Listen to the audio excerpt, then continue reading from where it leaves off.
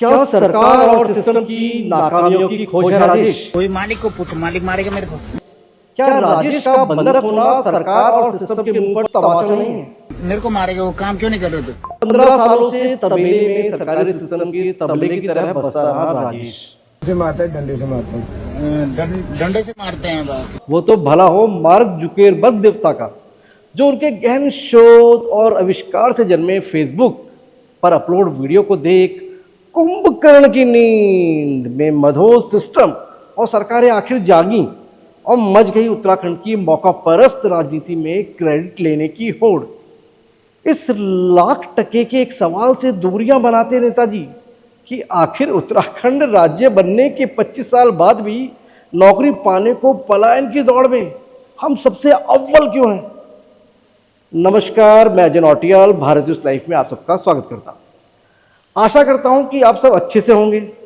बस आपसे एक निवेदन है कि पूरा वीडियो अवश्य देखिएगा, पूरा वीडियो अवश्य देखिएगा। सत्ता को जगाने के लिए, ब्यूरोक्रेसी को जगाने के लिए कमेंट भी जरूर कीजिएगा।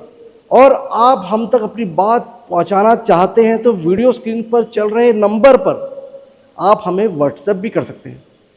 अगर आप चैनल को सब्सक्राइब, लाइक, शेयर कर बेल आइकन भी दबाएंगे तो यकीन मानिए हम आपसे मिली ताकत से हर वो बात सरकार और हुक्मरानों तक पहुंचाएंगे जो उत्तराखंड को सबसे श्रेष्ठ बनाने के लिए, जी हाँ, धामी जी जो लिखते हैं बड़े बड़े, सर्वश्रेष्ठ राज्य बनाने के लिए गूंगी बहरी सरकार को सुनाना और गहरी नींद में सोए हुक्मरानों को जगाना जरूरी है।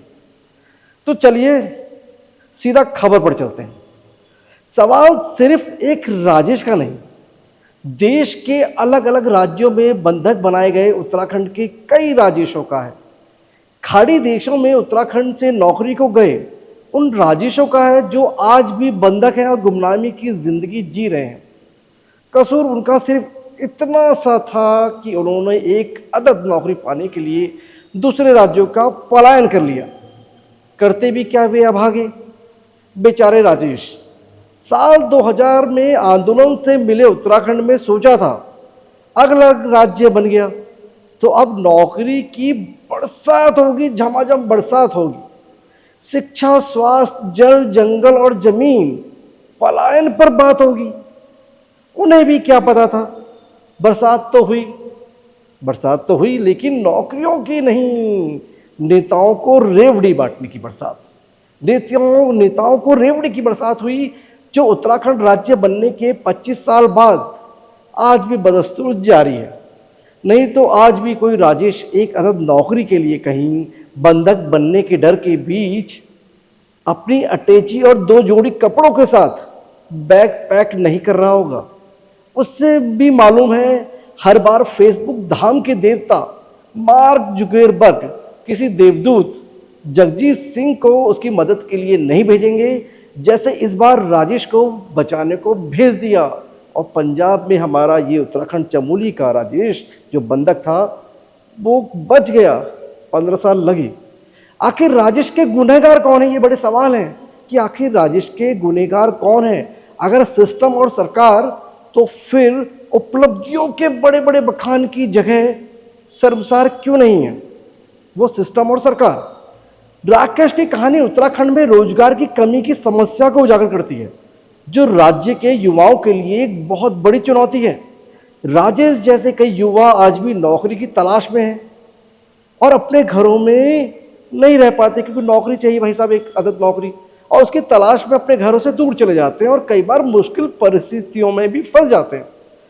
इसलिए सरकार से पूछता है उत्तराखंड का हर एक बच्चा, हर एक युवा ये सवाल पूछ रहा है, सरकार ने युवाओं के लिए रोजगार के अवसर पैदा करने के लिए क्या किया है। अगर सरकारी बड़े बड़े मंचों पर बढ़ रहे और करोड़ों रुपए खर्च कर होर्डिंग्स पर बच्चों को नौकरी का प्रमाण पत्र बांट रहे नेताजी की तस्वीर इसका जवाब है, तो फिर उत्तराखंड की हर गली, हर सड़क पर रेंग रहा बेरोजगार क्यों है? क्यों हाथों में वो तख्तियां हैं बेरोजगारों के जो कह रही है एग्जाम पास करने के बाद भी उन्हें नियुक्ति क्यों नहीं दे रही है सरकार? क्यों वो धरना प्रदर्शन को मजबूर है?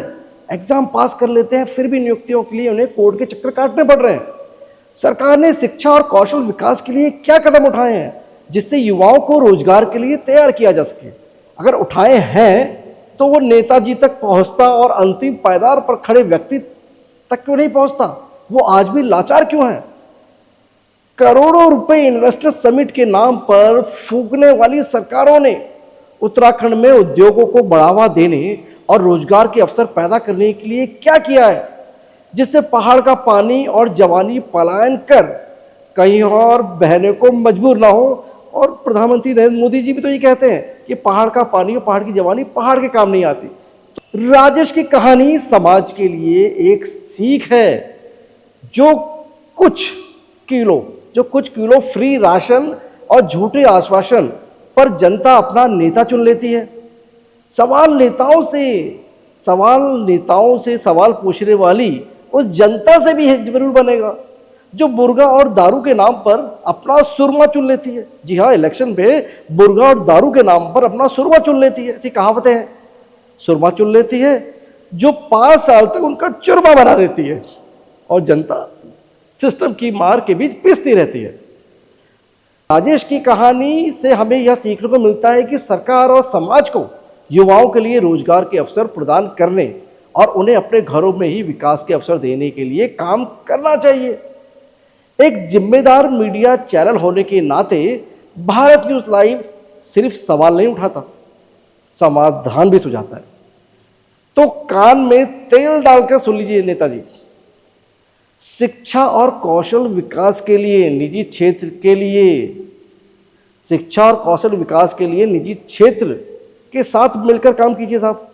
उसको भी अपने साथ लीजिए और मिलकर एक काम करे सरकार। उत्तराखंड में उद्योगों को बढ़ावा देने के लिए नीति और योजनाओं का सिर्फ शिलान्यास नहीं, उस पर काम करे सरकार।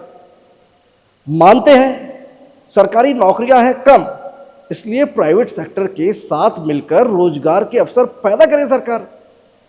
शर्त बस इतनी सी है, बहुत छोटी सी शर्त है।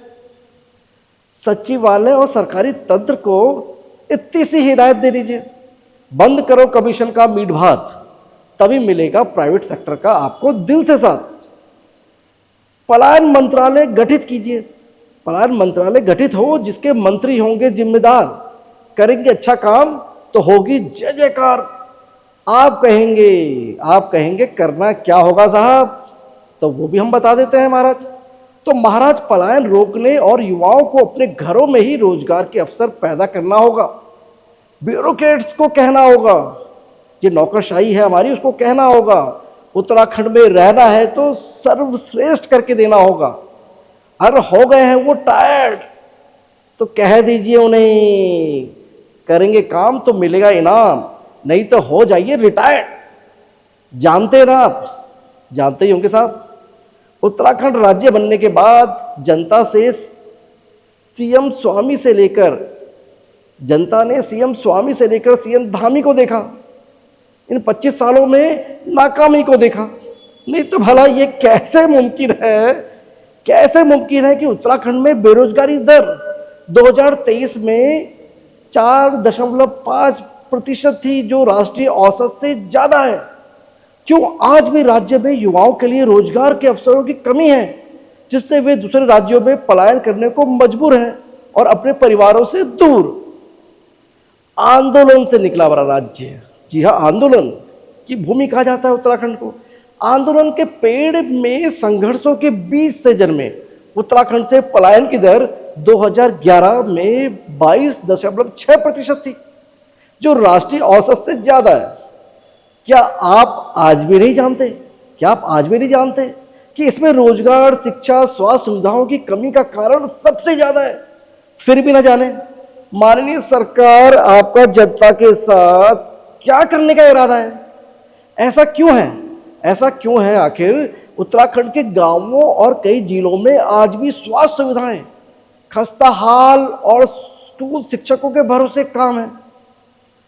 स्कूल की जो बिल्डिंग है, स्वास्थ्य सुविधाएं जो खस्ता हाल है, स्कूल शिक्षक है नहीं, उनके भरोसे कम चल रहा है और राम भरोसे ज्यादा है। क्यों? स्कूलों की टूटी फूटी बिल्डिंग तो है लेकिन शिक्षक नहीं। बच्चे पढ़ने तो जाते हैं, वहां पे पढ़ना चाहते हैं, लेकिन सरकार की इच्छा शक्ति में वो दम नहीं। उत्तराखंड में शिक्षा की स्थिति में सुधार तो हुआ है, लेकिन अभी भी कई चुनौतियां खड़ी की खड़ी हैं। राज्य में शिक्षकों की कमी है और कई स्कूलों में बुनियादी सुविधाएं की कमी है। आज भी बुनियादी सुविधाएं नहीं है। आज भी स्कूलों को टीचर नहीं मिल रहे हैं पढ़ाने के लिए। एग्जाम निकाल रहे हैं लेकिन ज्वाइनिंग नहीं मिल रही है। स्वास्थ्य की तो क्या ही बात करें, सब चंगा है। हाँ, अगर आप और आपके परिवार में कोई बीमार है तो आप उसका इलाज विदेशों में किसी महंगे और अच्छे हॉस्पिटल में करवा सकते हैं। बस इसके लिए एम्स के डॉक्टर से रिफर कराना होगा। अरे सॉरी, गलती से जुबान फिसल गई, बोले तो स्लिप ऑफ टंग हो गया भाई। विदेशों में किसी महंगे अच्छे हॉस्पिटल में इलाज की फैसिलिटी विधायक महोदय, भूतपूर्व विधायक महोदय के लिए हैं, जो भूतपूर्व विधायक और वर्तमान विधायक है। बस बोले तो 25 साल बाद भी यहाँ की जनता के हाथ खाली, यानी विधायक जी की मौजा ही मौजा, और जनता पहाड़ में किसी खस्ताहाल स्वास्थ्य सुविधाओं से काम चला ही लेगी, जैसे पिछले 25 सालों से चला ही रही है। उत्तराखंड में स्वास्थ्य सुविधाओं की स्थिति में सुधार हुआ, लेकिन अभी भी कई चुनौतियां हैं। राज्य में डॉक्टरों और अन्य स्वास्थ्य कर्मियों की कमी है और कई अस्पतालों में बुनियादी सुविधाओं की कमी। नहीं तो उत्तराखंड की जनता सरकारों से ये सवाल नहीं पूछ रही होती। सवाल ही सवाल है, सवाल वही है, पर समाधान नहीं निकल पा रहे हैं। राजेश की कहानी उत्तराखंड में रोजगार की कमी की समस्या को उजागर करती है, जो राज्य के युवाओं के लिए एक बहुत बड़ी चुनौती है। 25 साल बाद भी राजेश जैसे कई युवा नौकरी की तलाश में अपने घरों से दूर चले जाते हैं और कई बार मुश्किल परिस्थितियों में फंस जाते हैं, जैसे हमने देखा पंजाब में कि क्या हुआ, पूरे देश ने देखा।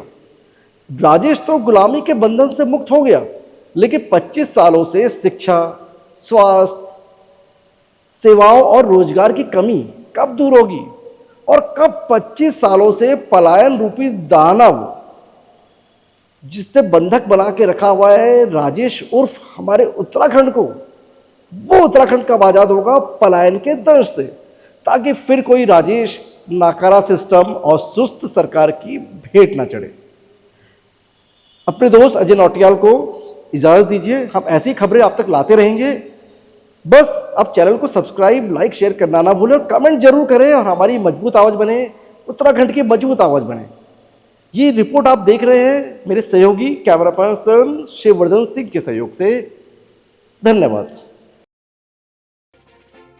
भारत न्यूज़ लाइव से जुड़ने के लिए इसे लाइक, सब्सक्राइब और बेल आइकन दबाएं।